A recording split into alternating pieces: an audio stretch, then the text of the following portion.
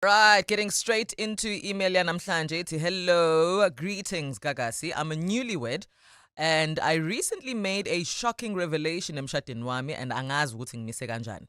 I'm married to a husband who I've always known, or should I say I've always believed was in the private security industry.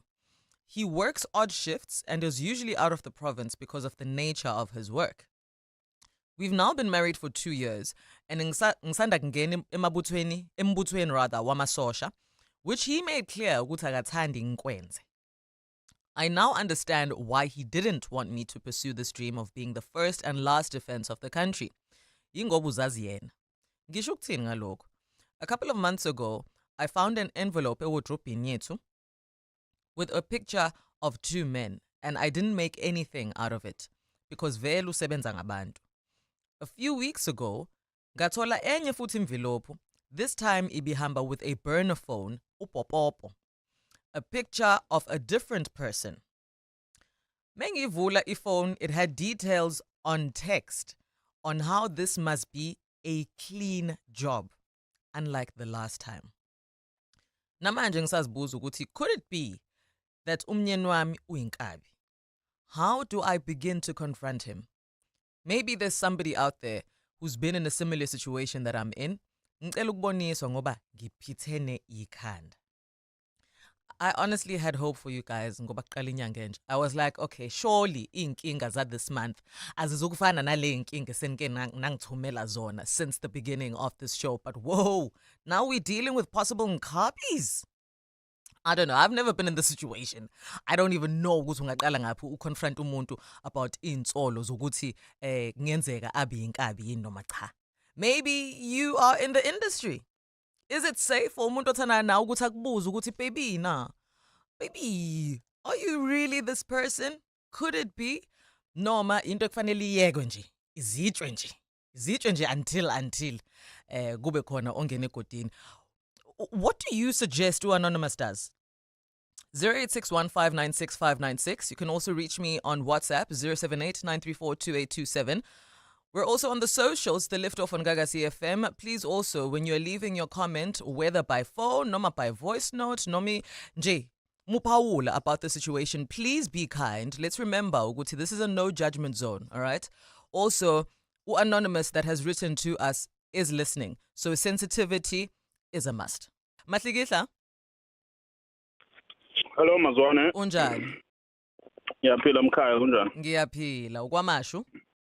Yes, ngqongqo mntana. All right. Talk to me. Wena utho Anonymous amise kanjani? Hey, namhlanje nje sithanda ukuhluka kuwo wonke sake saba nawo. True. We've never dealt with something like this before. Yeah, and it's very tricky, I must say. Yabo ngoba ingakuphica ekugcineni kosuku into efana le. Because othi ngibeke nje okuncane. You see, when it comes to private security, umuntu ofana nomyeni wakhe ngiyalingana maybe mhlawumbe bekwi-task force, maybe wasuka kwi-task force noma baphelelwe leso sikhathi somsebenzi le. But because he has the necessary skills and qualifications, umuntu ofana naye uyinyama, yabo? When it comes to assassinations. Mhlawumbe kungenzeka ukube bamsebenzisa in that kind of form because he has the necessary skills. Yabo? Yo. Also times 2. Most guys abakwi private security. Private security and the task force. There are jobs abanikezwa wona which is aside from duty yakho. Yabo?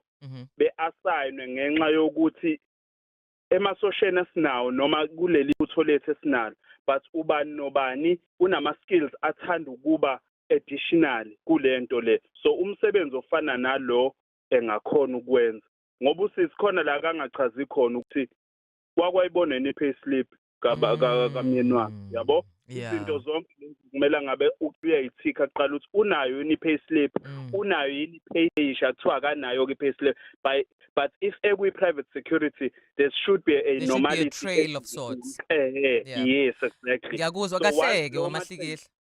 You seem to know a lot about the security industry and what umuntu osebenza kuwo lo mkhakha would be able to do as freelance work on the side. I guess busy kanjalo.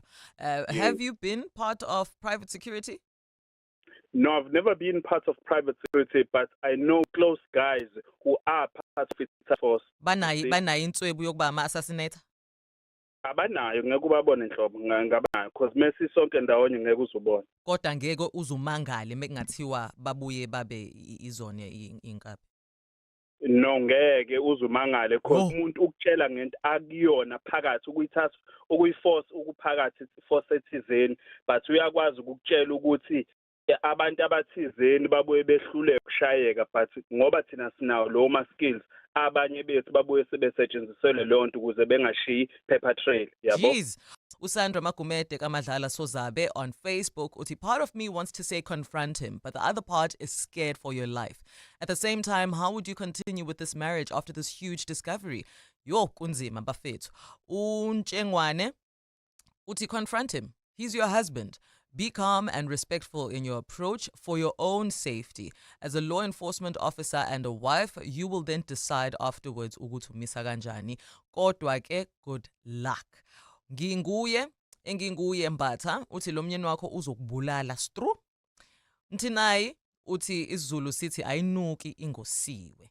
Baleka ngenyawo zombili. Once wabanjwa yena, they'll come for him and his family, and that includes you. That's how this business works. This one is from Utroy Zikote. Angvalela with a comment ka DJ Udroja rather. Stay good. Uti, start by checking your funeral policy. If it's updated, then ask him, because once he knows ukuthi usuyazi, God will open his hands to you. Ooh, all right. Selby? Someone nje siyaphila mntanasekhaya. Angazi noma ngiyaphila nokusaba nje. Yazi tsumani izuka ikay. Wenje ubhuda yikho i-tax force akuyona. Can be ukuthi a recipe message ethi next time wenze last time wenze job. Yes. Yabo it's vividly ukuthi lo bhuti uyi sniper nje mfethu yabo. Bengizothi mina kusisi akavele come avela athi yazi ngiyazi ukuthi ubhuti ngabe nawo umuntu hathi akucabanga ukuthatha umfazi wesibili sibe babili ngoba lo njobe yedwa abantu besifazane nje sihluleka ukukhayitha ezinye izinto ngelinye ilanga kufika abantu bezomfuna lo bhuti uyazi ukuthi inkabi lesifuna ukubulawa kuthangwe enye inkabi izobulala enye inkabi seyishaye yonke into usise nje usengiyophenenza and ngisho ngamconfront amtshela yasithanda sami kunezinto engizibonayo uzothi uzokuphahla yonke ibhomu lo muntu useyiliability vele ngoba khona into seyisola. Now, how about this approach engicabanga manje? Because usisi is in law enforcement, uyisosha, right? Would she not be better off asking for usizo kumuntu amthembayo mhlambe from work? I approach esene protection already on the back end, so that whatever response the husband gives, at least she has some sort of security. Yeah, nje sangakwenza lokho but bekithi akube nendlela ahlehle mhlambe kancane angangisa ukuhlehla ngoba yabo lento isenje inkabi mfethu inkabi ayishintshi ngenile and le nto leyana ingathi iyatalana mos yabo uma kwaba khona inkabi ekhaya kohlezi kunenkabi yabo yabo nje ubhuti esekubonakele vele inkabi usisi njobe yisosha phela she's clever uyakwazi ukubona zonke izinto iprofile yakhe ingaphekwa kwakayikale kabhuti so nje ubhuti bohlezi bemnikeza amagig ehleze nemali eshagig and okubhlungu imali ke ihlezi yenze njalo ungathi ngalokho ulandeni yena indlela elula mhlawumbe ukuthi it's better because vele usisi uyisosha yabo akazama ukuthi athole umunye umuntu lalela ngicela sibe babili ahleke kancane kulento ahleke kancane ngisho nasembhedeni agcine sebheda mosa nakhulu agcine sayibhedela I'm shying ngama mind game. Ugcine kuwubhuti othi hayi suka ngiyakushiya ngisakufuna. Okay. Atshengise nje ukuthi akasazi kwenza ngisho ama movement yabo ngendlela right akasamkhiphi ikhanje yabo aba ungoko nje yabo uyabheda lona angikhuluma nalo nayo hey umuntu wami uthanda ukuthi nokuthi vele sesibabili okhululeka nje uyathanda umenze kanje lo angakwenzi. No, icebo lelo Msalipana ngiyakuzwa. Thank you so much for your advice. I hope Anonymous also has it penciled down as one of the things that you suggest ukuthi she do to handle this situation, because it is quite tricky. Unti Mnisi uthi yo, it's either you find ways to divorce him or just continue staying. But whatever you do, don't let him know that you know. Do not confront him. Ukonqi Sotobe uthi ungambuzi ngoba usuzoba sengozini masazi ukuthi usuyazi, ngoba ngeke athembe ukuthi uzokwazi ukugcina lemfihlo. So nje cha, ungambuzi, shaya ngathi awuboni mhlawumbe uphume futhi kulowo mshado, ngoba vele kwamanje ukwenkulu ingozi, ngoba mase bemfuna bazoqala ngawe kwaze kwanzima. Let me wrap up with uSabelo ulapha eMachobeni eNanda. Hello Sabelo. Sabelo. Yebo Mazwana ngikhona. Ukumeda Capital. Yeah. I don't know if this is a good or bad thing. Mazwana ngiyabona usisi ngiyamzwela esimeni akusona. Nanokuthi ngiyafisa nami ukuthi abe nendlela yokusizakala.